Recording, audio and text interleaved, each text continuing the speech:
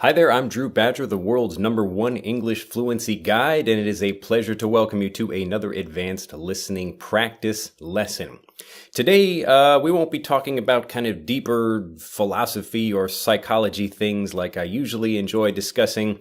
I just wanted to talk about a couple of things because I do get lots of letters from students, and often they will have quite good English, but they will have a few things, kind of slight mistakes that really stand out. And to stand out, this is a really great phrasal verb, meaning that something is more prominent or more noticeable than other things. So if I have a bunch of circles in front of you and then one square, your mind will notice the square more.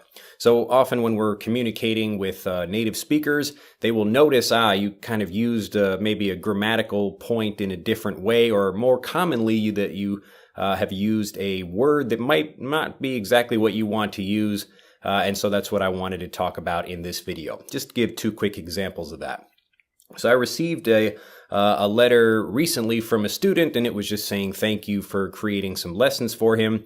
And it began with good night. So instead of good evening, he began the letter with good night. Now I understood what he was trying to say. The meaning was clear. But when you're beginning a letter like that, good night is something you say when you're finishing the evening with someone. Or maybe people are going to bed. That is usually the final greeting that you would give them in the middle of the night or right before they're going to bed.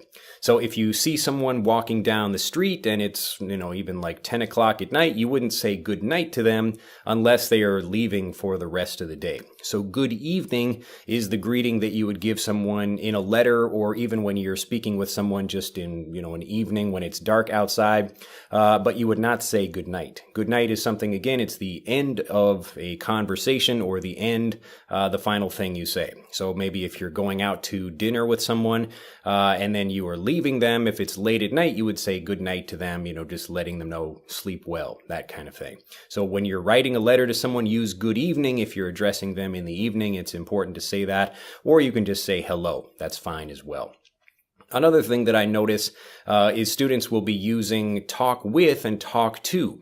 And this isn't really a grammatical issue, but it's a more sensitive thing that a native speaker would notice when you're just speaking with them in kind of everyday conversations, or especially in a professional setting.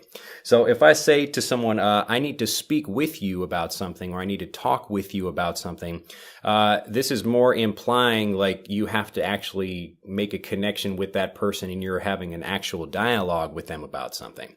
Now, occasionally, people will use, I need to speak with you, or I need to talk with you about something, when really they want to talk to you about something. So they would say, I want to speak with you or talk with you, because it's implying more of a conversation as opposed to one person saying something to the other one. So when you talk with or speak with someone, you're actually connecting with that person, and it's more an equal relationship, at least in that situation. And when you're talking to someone, like a parent would talk to their children about behaving properly, or a boss might talk to an employee about how they're trying to, maybe do their job better, something like that. But in these situations, you're again moving from one maybe authority person to someone of a lesser authority, or someone of a lower social rank in the group. But again, you're having one person that's sending the conversation or sending the talking to the other person. So talking to, just like you would go to a different location. But when you speak with someone, like yesterday, I spoke with a friend of mine about going to, a vacation. So I spoke with a friend of mine because we were talking together. It's an exchange of ideas, and we're both in the conversation. So when you're speaking with someone or talking with someone, and you can use either of these, speak with or talk with, you're having a conversation with the other person, not the one-way direction of a conversation or the one-way direction of words. So keep these two things in mind. These are just two quick ideas, things that might be, maybe, or you might, I'm like confusing both of these words, but things you might not notice as a non-native speaker, but as you're learning, pay attention to what native speakers say, because they will give you a very quick insight about whether you used a word incorrectly or not. And often people will try to be polite. So if I'm having a conversation with someone and they say, "Oh, good night, it's nice to see you today," and I would understand what they mean, but I would kind of very quickly like you would see it in my face, like, something weird just happened. Now, as a learner, you should be paying attention to these kinds of things. So always be, when you're speaking with someone, pay really close attention, not to worry about the situation, but to just get clues from the other person about how you should be speaking. And if maybe I'm in a conversation and they just say good evening to me, then I don't think about it, because that's the natural thing that people would be using in that situation. So good night. It's nice to see you again. How was your day? Wait a minute. They just ended the conversation at the beginning. I don't understand what happened there, but I might want to be polite and not say anything about it. But so you'll still kind of notice the way a person is reacting in these situations. And if you can, just ask them, oh, did I say something incorrectly? And they might be able to give you a good explanation about that. Anyway, if you have enjoyed these kinds of tips and you'd like to hear more of them, specifically talking about maybe the ways that a non-native speaker might use something incorrectly, or that you might use something incorrectly, and that there's a better way to express it. If you have specific questions about things like that, just put them in the comments below and they might make it into future videos.